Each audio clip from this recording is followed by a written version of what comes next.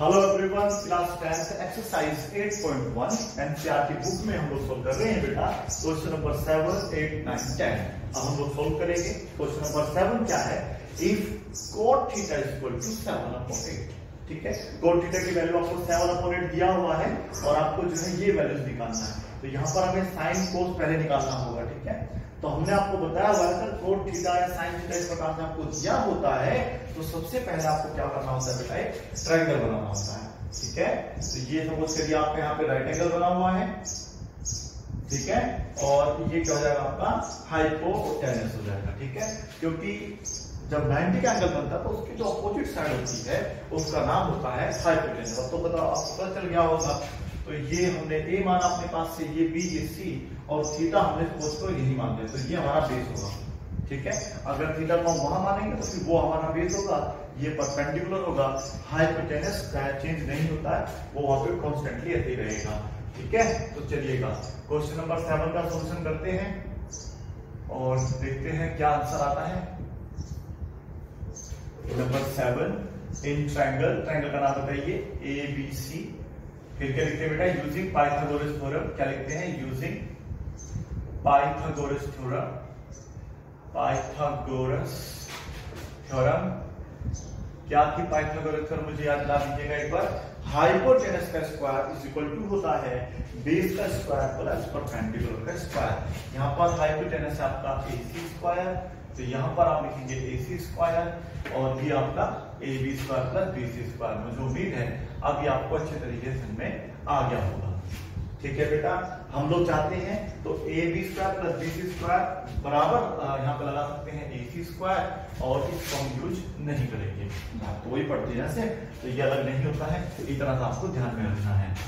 AC होना चाहिए आपका हाइपोटेनस और ये दोनों साइड पे आपका 90 का एंगल बना होना चाहिए। तो आप देखिएगा क्या यहाँ पर 90 का एंगल बन रहा है या नहीं बन रहा है ना बेटा? तो बस आपको क्वेश्चन सोल्व करना आ जाएगा। देखिएगा cot थीटा आपको दिया हुआ है। क्या दिया बेटा आपको?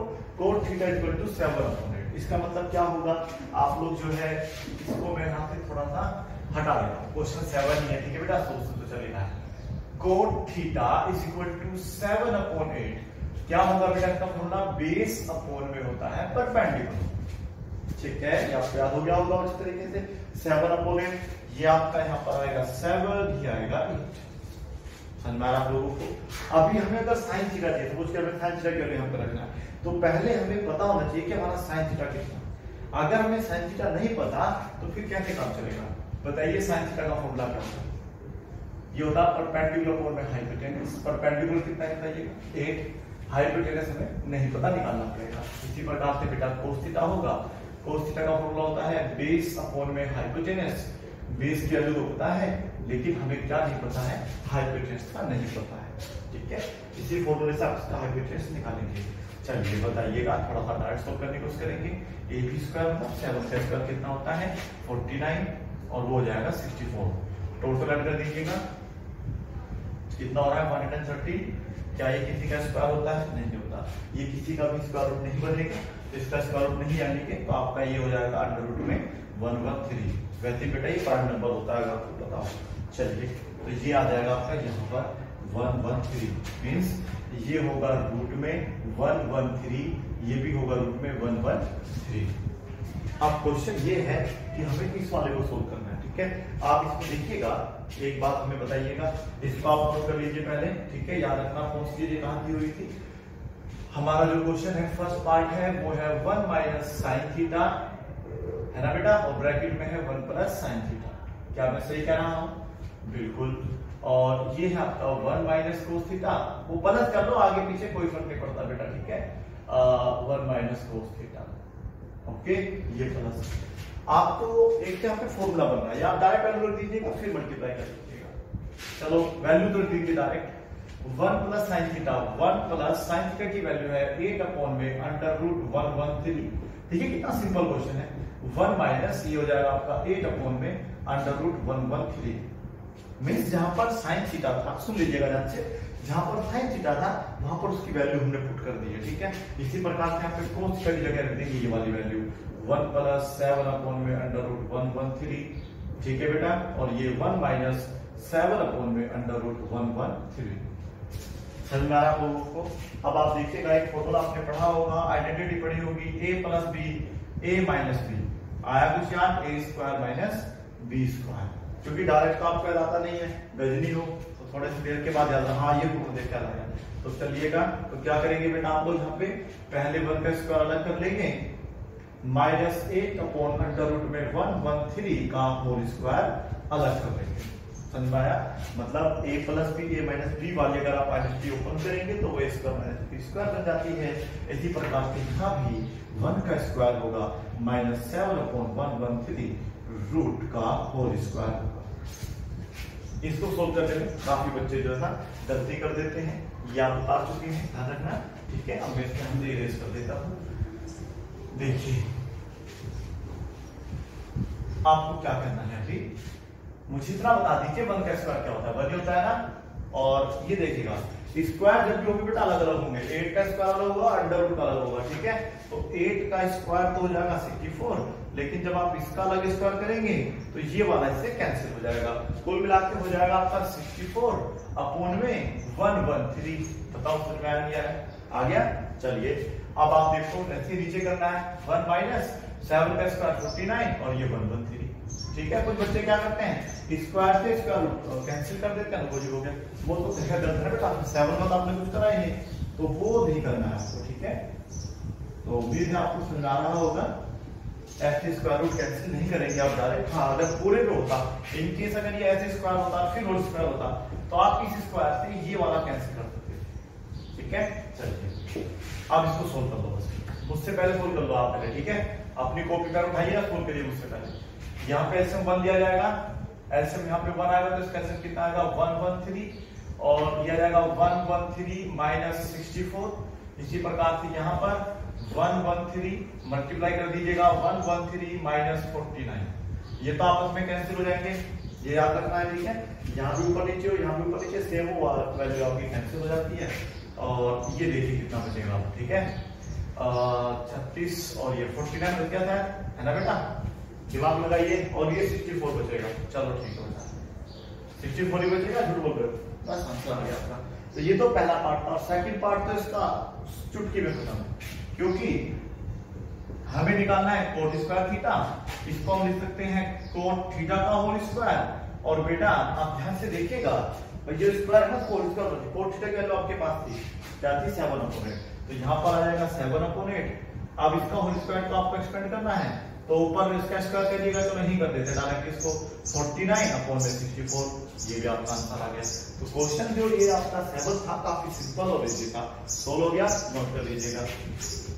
आप किसकी बात कर रही थी? जी हाँ, नंबर 8 की बात करेंगे। आप इसको स्वयं भी सोल्व करके देखिएगा इनको पहले, ठीक है। आपके जो कॉन्सेप्ट है वो आपको समझ में आ चुका है, जो तरीका है वो भी समझ में आ चुका है। तो अब आप ये देखिएगा कितनी आपके अंदर जो एबिलिटी है वो कितनी आपकी एनहांस हो गई है, ठीक है। चलो हाँ, वीडियो को बिल्कुल पॉज रखिए जब तक आपको सोल्व ना कर ले। Question number 8, if 3 cot theta, देखिए कितना आसान सा क्वेश्चन दे दिया है, इक्वल टू 4, 3 का आपको जगह के नीचे और कोट थीटा हमारा आ जाएगा 4/3। ये तो आप जानते ही होंगे। अगर हम यहाँ पे tan निकालना चाहें, आपको पता था ना बेटा कि tan थीटा जो होता है वो होता है 1/कोट थीटा, या यूं कह लो कि कोट थीटा जो होता है 1/tan थीटा, यानी कि एक दूसरे के रेसिप्रोकल होते हैं। तो अगर हम यहाँ पे tan निकालना चाहते हैं ना, तो tan थीटा तो डायरेक्ट निकाल सकते हो, बस 3 ऊपर 4 नीचे। लेकिन समस्या क्या है कि हम लोगों को ना बेटा ये भी निकालना है cos square a - sin square. अब ये है समस्या, और ये a में दिया हुआ है, तो यहाँ थीटा के स्थान पे क्या आ जाएगा, कोई प्रॉब्लम नहीं बेटा, ये थीटा अल्फा a b कुछ भी हो, आप इस तरीके से सोल्व कर लेंगे क्वेश्चन को, ठीक है। तो हमें पहले क्या करना होगा, इसके सहायता से साइन कोस की वैल्यू निकालनी होगी। ये है आपका राइट एंगल, राइट एंगल का साइन बना दीजिएगा। हो सकता है क्योंकि बोर्ड पे क्लियर नहीं होता है कि हाँ 90 का एंगल बना नहीं बना, फिर आपको लग रहा होगा थोड़ा सा 90 है, ठीक है बेटा। तो चलिएगा, ये आपका A है, ये आपका B है, ये आपका C है, थीटा यहीं पे मान लिया हमने, ठीक है। A पे हमने लिया है, तो ये हमारा बेस है, वो परपेंडिकुलर, ये हमारा हाइपोटेनस। 4/3, 4 कहाँ रहेगा बेटा नीचे, 3 कहाँ रहेगा ऊपर, तो ये कितना आ जाएगा पाइथागोरस यूज करके बताइए। आपको याद होना चाहिए बेटा, पाइथागोरस ट्रिपलेट आप आराम से याद कर सकते हैं। मोस्ट कॉमन 3 4 5 ये रेशियो बनता है, तो पाइथागोरस ट्रिपलेट है। एक होता है आपका 6 8 10, इसमें 2 से मल्टीप्लाई कर दी। एक होता है आपका, आपने सुना होगा 12 13 5। इस तरीके से आप पाइथागोरस ट्रिपलेट जो कॉमन है ना, उनको अपने दिमाग में रखो। वैसे तीनों काफी होते हैं, इन तीनों को रट लो, आपको समझ में आ जाएगा। ठीक है, एक आपने पढ़ा होगा 24 का 25 का, है ना, 7 का पढ़ा था वाला 24 25 में शायद 24 10 है, 24 10 26, ये भी एक बार आप करके देख लें। तो ये पाइथागोरस ट्रिपलेट है, तो काफी कॉमन है, जो यहीं पर आते हैं। ठीक है बेटा, इसमें बड़े वाला जो होता है वो हाइपोटेन्यूस होता है, बाकी कोई भी में से बेस और परपेंडिकुलर हो सकता है। चलिए, हमारा काम आपको दे देगा था इन ट्रायंगल एबीसी। ठीक है, पाइथागोरस खुद लिख लेना, मैं सोल्व कर देता हूं। AC² = AB² plus BC²। हाँ, कुछ बच्चों को तो बिल्कुल बोरिंग लग रहा होगा, क्योंकि अभी आप कई बार कर चुके हैं। AB की वैल्यू है 4 4 का स्क्वायर 16, 3 का स्क्वायर 9। हाँ, बिल्कुल कुछ ऐसे भी जिनको पता समझ में ना आया कि हो क्या रहा है यहाँ पे। चलिए, AC का होल स्क्वायर, या फिर AC रहने देते हैं, इस पे स्क्वायर रूट चढ़ा देते हैं। ये भी कुछ हम भी कुछ। ठीक है भैया, किसका स्क्वायर रूट होता है 5 का। Very good. तो 5 का स्क्वायर करेंगे तो कितना हो जाएगा 25, और 25 का स्क्वायर रूट निकालेंगे तो 5। ठीक है, छोड़ देगा यहाँ पे 5। वो हमने बताया ना 3 4 5 का आपका पाइथागोरस ट्रिपलेट होता है, याद रखना। चलो, tan थीटा था हमारे पास, cos A और sin और निकाल लेते हैं बेटा। cos A की वैल्यू, sin A की वैल्यू क्या होता है बेटा, परपेंडिकुलर अपॉन हाइपोटेन्यूस। हाइपोटेन्यूस नीचे, बेस ऊपर। बेस बता दीजिए बेटा कितना है 4/5। ओहो, कितना आसान तरीके से क्वेश्चन सोल्व हो जाते हैं। 3/5 5 तो पीछे है हाइपोटेन्यूस है। अब आपको जो है ये रीजन शो करके दिखाना है, मतलब चेक करना है क्या ये इसके इक्वल टू है या नहीं है। तो ठीक है, नहीं है तो देखते हैं, आ ही जाना चाहिए। ध्यान रखना कोटे की वैल्यू क्या है, यहाँ लिख देते हैं। वैसे तो फिगर से आप पता कर सकते ही थे 4/3, और tan है तो आपका कितना हो जाएगा बेटा 3/4। चलो, टाइम वेस्ट नहीं करते हैं। आप इसको करने का तरीका देखिए, किस तरीके से सोल्व करेंगे। आप इसको ले लेंगे लेफ्ट हैंड साइड। ठीक है बेटा, क्वेश्चन नंबर 8 है ये पता नहीं कहां चला गया, अभी तो लिखा हुआ था, आ गया वापस। ये है आपकी लेफ्ट हैंड साइड। ये है 1 minus tan square A 1 plus tan square A। ठीक है बेटा, चलिए सोल्व करते हैं। आप मुझे बताइए 1 माइनस tan स्क्वायर आप खुद करना सीखा। देखो tan A की वैल्यू कितनी है बेटा, ये A कोई टांग पूरी करो, 3/4 कितना बेटा, 3/4 का स्क्वायर करिए, कितना हो जाएगा 3/4 का स्क्वायर करेंगे तो 9/16। ठीक है, इतना तो कैलकुलेशन आनी चाहिए, 10th क्लास में पढ़ते हैं। अब इसका भी स्क्वायर कर दो, फिर से वही 9/16 सोल्व करो, आंसर आ जाएगा। एलसीएम कितना आएगा ऊपर वाले का 16 आएगा ना, नीचे अगर 1 माना जाएगा तो 16 आ जाएगा। फिर मल्टीप्लाई कर दीजिए 16 माइनस 9, इसका भी एलसीएम लेंगे 16 आएगा। फिर मल्टीप्लाई मतलब आप इसको सोल्व करेंगे तो ये 16 आपका कैंसिल हो जाएगा, और ये बचेगा आपका 7, वो हो जाएगा 25। मींस ये है जब हम अब ये राइट हैंड साइड सोल्व करेंगे। ठीक है, राइट हैंड साइड, तो इसकी वैल्यू भी कितनी आनी चाहिए बेटा, बताओ जल्दी करके। इसकी वैल्यू भी 7/25 आनी चाहिए। तो पहला cos A का स्क्वायर कर दीजिएगा। cos A की वैल्यू क्या है 4/5, स्क्वायर करिएगा 16/25। बहुत बढ़िया, इंटेलिजेंट हो गए। sin की वैल्यू 3/9/25। चलो ऐसे बताओ कितना आएगा फटाफट 25। जब सेम है तो सेम रहता है ना बेटा। 16 माइनस 9, 16 माइनस 9 क्या रिजल्ट दे रहा है 7/25। ऐसा क्यों लग रहा है कि दोनों वैल्यू ये बराबर लग रही है, बराबर लग रही है। तो बस आप लिखिए ना, लेफ्ट हैंड साइड बराबर है राइट हैंड साइड। ठीक है, इसको भी आप नोट कर लीजिए। ठीक है, अभी क्वेश्चन नंबर 9 सोल्व करेंगे। क्वेश्चन नंबर 9 देखिएगा, इन ट्रायंगल ABC 9 में आपको दिया है कि ट्रायंगल ABC आपको लेना है। तो यहाँ पर हमें क्या मानना है बेटा A, यहाँ पर मानना है B, यहाँ पर मानना है C। अब एंगल B 90 डिग्री पर है। देखो एंगल B को हमने 90 पे रख दिया है। ठीक है, आपको tan A इक्वल टू दिया है 1/√3। tan A is 1/√3। जब हमने आपको टाइप 1 टाइप 2 के क्वेश्चन आए थे तो इस प्रकार का क्वेश्चन सोल्व भी करवाया था, ठीक है बेटा। और वहीं से बाद में करते हैं बात पहले ना। अब हमें पता ही है बेटा, ये परपेंडिकुलर होगा, ये बेस होगा, ठीक है। हमें ये वैल्यू निकालनी है, साइन ए कोस सी कोस साइन, मींस हमें पहले साइन कोस की वैल्यू निकालनी है। और ये हमने आपको बता दी थी, टाइम tan कोस साइन कोस से कोई भी वैल्यू आपको दी है, ये फिगर की मदद से आप इन तीनों साइडों को बता सकते हैं, ठीक है बेटा। चलिएगा, तो यहाँ पर आएगा 1, यहाँ पर आएगा √3। वैसे बताइए आप डायरेक्ट यहाँ पे क्या आ जाएगा, याद हो तो, मेमोरी अच्छी है तो 2 आएगा ना सर, है ना। चलिएगा, सोल्व करके देखते हैं। In triangle ABC, in triangle ABC, भाई पहले जितना हमें आता उतना कर लेते हैं, उसके बाद देखते हैं क्या फाइंड आउट करना है। पाइथागोरस थ्योरम खुद लिख लेना, AC² हमें निकालना है, फॉर्मूला होगा AB² + BC², ठीक है। देखिएगा, AC², AB का स्क्वायर कर दीजिए प्लीज, √3 का स्क्वायर करेंगे तो क्या बचेगा आपके पास 3, और 1 का स्क्वायर 1 होता है, 3 1 कितना हो जाएगा 4, और ये 4 है तो ये जब यहां से हटेगा ना तो इस पे चढ़ जाएगा स्क्वायर रूट, और आपकी वैल्यू जो है वो आ जाएगी 2 ना बेटा। तो ये 2 आ गई। अब ध्यान से आपको सुनना है, हमें वैल्यू निकालनी है, देखो साइन ए की भी निकालनी है, ठीक है बेटा। हमें और वैल्यू निकालनी है, कोस ए की भी निकालनी है, कोस सी की भी, साइन सी की। ओहो, तो मींस ये है कि साइन सी भी निकाल लेते हैं, कोस ए भी निकाल लेते हैं, और कोस सी भी निकाल लेते हैं, ठीक है। इसी प्रकार की हमने पिछली वीडियो में बात करी थी कि कैसे सवालों को सोल्व करते हैं।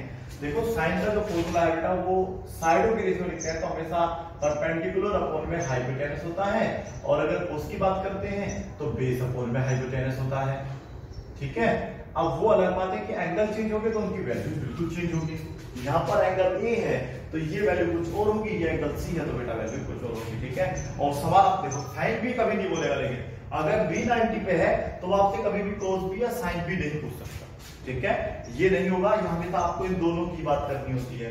तो जब एंगल ए देखिएगा तो यहाँ पर एंगल बना हुआ है, तो ये बेस है, ये परपेंडिकुलर है, हाइपोटेनस वही रहता है। और अगर वो सी की बात करेगा तो फिर ये वाला बेस हो जाएगा, सी यहाँ पे बना है तो सी यहाँ है तो फिर ये वाला बेस माना जाएगा, ठीक है। और ये हो जाएगा उसका परपेंडिकुलर। भाई आप यहाँ खड़े होते हैं तो ये खड़ा हुआ नजर आ रहा है आपको, ये लेटा हुआ नजर आ रहा होगा, लेकिन इनकेस अगर मैं आपको यहाँ उतार दूं, यहाँ पे भेज दूं, तो आपको देखेगा कि बेटा वहां के लिए आपके लिए ये बेस हो जाएगा, ये परपेंडिकुलर। इट इज पॉसिबल, ठीक है।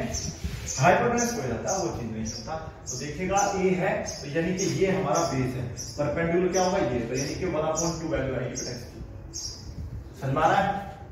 अब देखो सी के लिए ये बेस है तो ये परपेंडिकुलर, यानी कि √3/2 आएगा।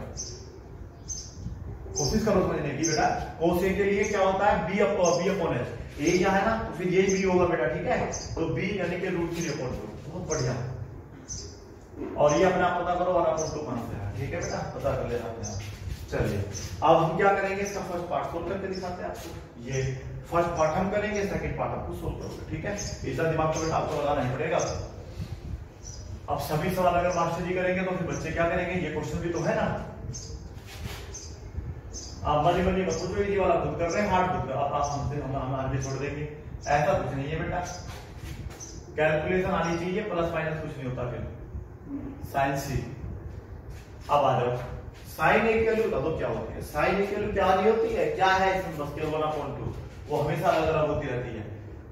इनटू में दोनों, अंडर रूट मतलब इसकी वैल्यू देखिए कोस सी की, ध्यान से रखना, लेकिन कभी गलत मत भर दो। कोस ए की वैल्यू है बेटा √3/2, और बेटा ये भी है √3/2, ठीक है बेटा। एलसीएम ले लिए दोनों का, मतलब एलसीएम दोनों की मल्टीप्लाई कर दिए, 2 2 जा 4, 1 1 जा 1। मल्टीप्लाई में कभी भी एलसीएम नहीं होता, सिंपल नीचे के नीचे गुना ऊपर के ऊपर मल्टीप्लाई कर देते हैं। इसी प्रकार से बेटा यहाँ पे हो जाएगा 2 2 जा 4, और ये तो मल्टीप्लाई होगा तो बन जाएगा बेटा इस तरीके से स्क्वायर, इससे कैंसिल। पता होगा 9 में पढ़ा था, √3 × √3 होता है। अब आप देखिएगा इसकी वैल्यू मुझे लग रहा है 1 आ जाएगी, है ना, क्योंकि 4 कैल्शियम आ गया, 1 और 3 वो भी 4 हो गए, तो बेटा ये इसका कैंसिल हो गया, वैल्यू आ गया 1, ठीक है।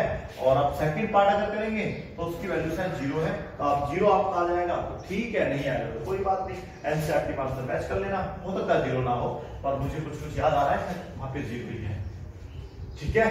क्वेश्चन 9 खत्म हो गया बेटा। कहो तो आप मैं कर भी दूंगा इसको, फायदा कुछ है नहीं, आप अपने आप से करें तो अच्छा रहेगा। आप 10 क्वेश्चन देखिए जो काफी इंपॉर्टेंट भी है और आपके एग्जाम में अक्सर आता रहता है, तो इसलिए आप उसे अच्छे तरीके से समझने की कोशिश करेंगे और इसी के साथ ये एक्सरसाइज आपकी खत्म हो जाएगी। ठीक है बेटा, देखिएगा at triangle PQR, Q angle 90 पे है, तो यानी कि सबसे पहले तो हमें ये AB का जो इस बार खेल है तो खत्म हो गया।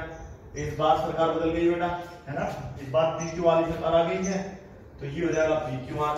ये ध्यान रखना है, Q आपको राइट एंगल पे रखना है, ये आपको बुक में दिया हुआ है, Q की वैल्यू 90 डिग्री, वहां पे लिखा है राइट एंगल, हमने 90 लिख दिया।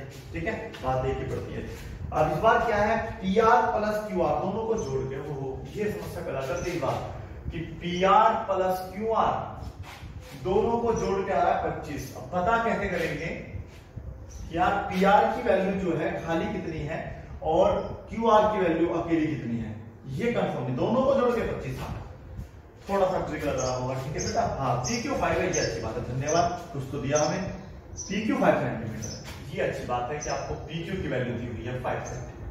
अब हमें क्या निकालना होगा, ये दोनों अलग अलग वैल्यू निकालनी पड़ेगी। अगर ये दोनों निकल जाएंगे तो फिर sin P cos P tan P तो आपके घर वाली बात है, ठीक है ना, घर की बात घर में रह जाएगी। पर पहले आप ये देखो ये बाहर से कैसे निकाल के लाए इनको। ठीक है, देखिएगा, मुझे आप पहले इसका फॉर्मूला कुछ बता दीजिए, क्या होता है Pythagoras in triangle PQR। Pythagoras theorem बनाइए इसके लिए, तो इसमें क्या होगा, PR का जो स्क्वायर होगा वो बराबर बराबर इक्वल टू आएगा जहां पर 90 एंगल बन रहे हैं, तो 90 एंगल इन दो साइडों की सहायता से बन रहा है, तो PQ square plus PQ square plus आएगा बेटा QR स्क्वायर। ठीक है, ये Q है बेटा, थोड़ा सा चलिए अब क्या करेंगे हम लोग, इसमें PR की वैल्यू हमें नहीं गिवन है, हमें केवल PQ गिवन है, तो PQ गिवन है, ठीक है, ऐसा करते हैं, इसको इधर भेज देते हैं। देखिएगा, ध्यान से सुनिएगा, ये इधर आएगा तो ये प्लस में है, तो इधर कैसे हो जाएगा माइनस में, तो कुल मिला के PR square minus QR square लिखा जा सकता है, और PQ की वैल्यू है 5, 5 का स्क्वायर होता है 25। समझ में आया बेटा? चलिए, ये क्या आपका A square minus B square नहीं बन गया, ध्यान लगाइएगा, ये बन रहा है A square minus B square, जिसको हम लोग A माइनस B और A प्लस B लिख सकते हैं। कहने का मतलब है इसको आप PR माइनस QR एक बार माइनस में ब्रैकेट में लिखना है और फिर ब्रैकेट लगाएंगे PR प्लस QR। ठीक है बेटा, is equal to 25। Very good, समझ आ रहा है आपको? PR माइनस QR की वैल्यू हमारे पास नहीं है, लेकिन PR प्लस QR दोनों जुड़ के हमारे पास है, वो है 25। ध्यान से सुनिएगा, यहां पर इनटू में होगा 25, क्योंकि इसकी वैल्यू 25 दी हुई है। प्लीज यहां पे देख लीजिएगा, 25 दी हुई है, ये 25 हो जाएगा, ये इसके नीचे चला जाएगा, और बेटा जब वो डिनोमिनेटर में पहुंच जाएगा ना, तो 25 अपॉन 25, इसका यहाँ पर खेल खत्म, 1 आ गया, 0 नहीं, 0 जब आता है वो सब्ट्रैक्ट होता है। ठीक है, अगर इस तरीके से वो आपका कैंसिल होगा तो 1 बचेगा, minus QR is equal to 1। तो ये बात भी ठीक है। अब ये कैसे हुआ मामला साइड, अब आपके पास इसे इक्वेशन नंबर, काफी लंबा सवाल हो गया ये 1 मान लेना, ये इक्वेशन नंबर 2 मान लेना, फ्रॉम इक्वेशन 1 एंड 2।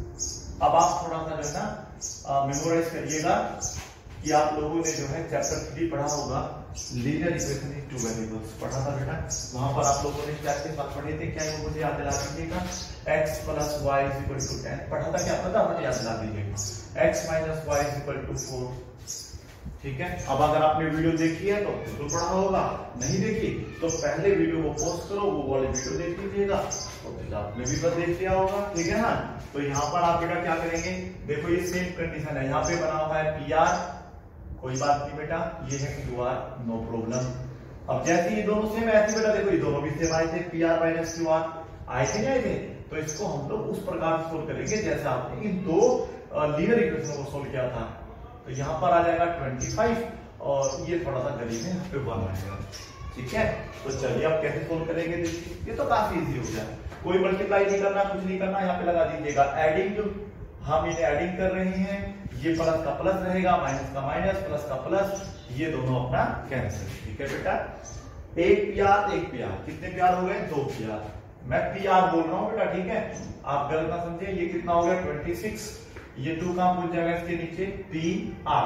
ठीक है, 26 अपॉन में 2, वेट कैंसिल बाय 30 टाइम्स, और PR की वैल्यू इस बार 13 आ गई, बहुत मुबारक हो, कुछ तो आया बेटा, PR तो आ गया आपका 13, तो ये तो पता होगा ना, पता है 5 12 13 का पाइथागोरस ट्रिपलेट होता है, वैसे भी निकालने की टेंशन नहीं कुछ। नोट कर लीजिएगा इसको, इसे निकालने का आसान पड़ेगा। अब फ्रॉम इक्वेशन 1 क्या लिखे बेटा यहाँ पे, फ्रॉम इक्वेशन 1 यहाँ पे तो लिख लेते हैं, कंजूसी नहीं करते। फ्रॉम इक्वेशन 1, इक्वेशन 1 कह रहा था कि पी आर में अगर आप क्यू आर जोड़ रहे हैं तो वैल्यू आ रही है 25, ठीक है। यहाँ पर आप देख रहे हैं कि पी आर की वैल्यू 13 है, तो यहाँ पर आप 30 लिखेंगे प्लस क्यू आर लिखेंगे इज इक्वल टू 25 लिखेंगे, ठीक है बेटा। ये प्लस का 30 इधर जाके कैसा हो जाएगा आपका माइनस का, और आप देख रहे हैं कि 25 माइनस 13 आपका आंसर आ जाएगा 12। उम्मीद है कि आपको ये जो वैल्यूज है निकालनी आ गई होगी। नहीं समझ में आया तो वीडियो को फिर दोबारा से देखिएगा, ठीक है। तो ये हो गया 12 सेंटीमीटर।